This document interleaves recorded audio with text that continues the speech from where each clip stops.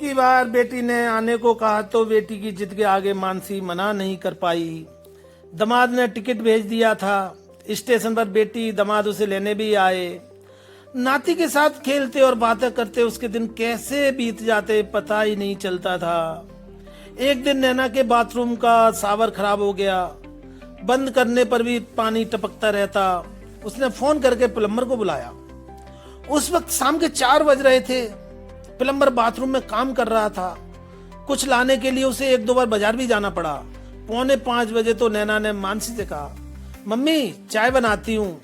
हाँ बना ले बेटा, 1 कप उसके लिए भी बना देना, बहुत मेहनत कर रहा है, उसके लिए कुछ नमकीन भी ले आना। जी मम्मी कहकर बेटी चाय बनाने लगी।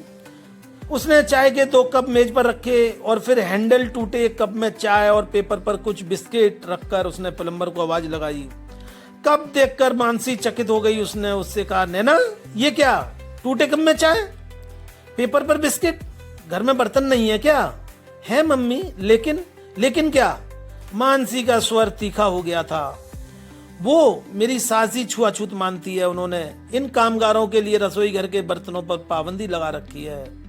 कहती है ना जाने किस जाति धर्म का होगा और फिर कहाँ काम। मानसी बेटी की परेशानी समझ गई थी। उसने बिस्किट एक प्लेट में रखा और अपना चाय का कप प्लम्बर को दे दिया। पेपर गिलास में चाय पीते हुए उसने नैना से कहा, देख बेटी, हम सब अपनी अपनी पुरानी मान्यताओं से बंधे हुए हैं। तुम्हें याद है जब तुम्हारी दादी हमारे यहाँ आती थी तब तो वो कितना छुआछूत को मानती थी। वो तो होटल में खाने से भी परहेज करती थी, लेकिन जब उन्हें ऑपरेशन करवाने के लिए हॉस्पिटल में एडमिट होना पड़ा, घर का खाना खाने पर प्रतिबंध था, तब उन्हें अस्पताल का खाना खाना पड़ा था। और तब उन्होंने तुझे अपने पास बिठाकर कहा था, बिट्टो हम बेकारी तेरी माँ पर टोका टाकी करते आए थे। ये नर्स और लड़के लोग हमारी कितनी सेवा करते हैं, हमें सहारा देकर उठाते हैं, चलाते हैं। यहाँ पर तो यही भगवान है। इनके हाथ से हमने खाना भी खाया। तब समझ में आया बिट्टो कि हम सब तो एक ही हैं, कोई अलग नहीं। हाँ मम्मी याद है। तो फिर नई पीढ़ी को ले होकर तेरी सोच ऐसी क्यों? जब तू अपने स्कूल के बच्चों को भेदभाव ना करने का और आपस में मिलकर रहने का पाठ पढ़ा सकती है, तो अपनी सास को क्यों नहीं बेटा? एक बार उनको कहकर तो देख।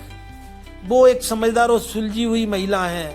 बस जरा उनको पुरानी सोचों को बदलने की आवश्यकता है। तूने देखा नहीं, चाय का कप हाथ में लेते हुए वह कितना खुश था। ये लोग इतनी दूर से चलकर हमारी परेशानी को दूर करने आते हैं। हमें तो इन्हें पूरा आदर देना चाहिए। सॉरी मम्मी, आगे से मैं इस बात का ध्यान रखूंगी। मानसी ने देखा कि उस दिन के बाद से बेटी ने अपने काम वाली और माली के बर्तनों को अलग रखना छोड़ दिया। कुछ दिनों के बाद वह वापस अपने घर आ गई।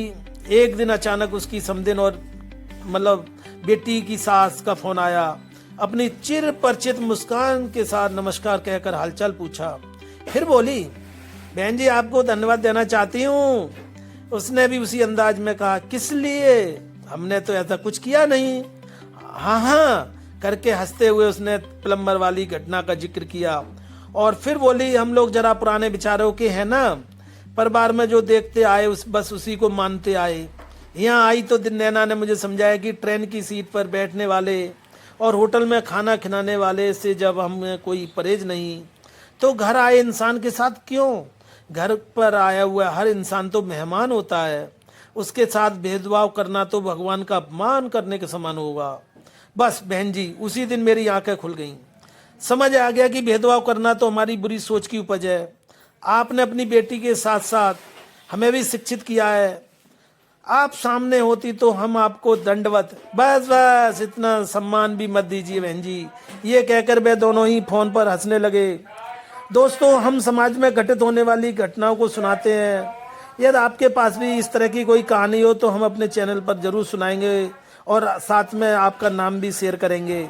हमारी कहानी यदि आपको पसंद आती है तो हमारे चैनल को सब्सक्राइब जरूर कर लीजिए। धन्यवाद।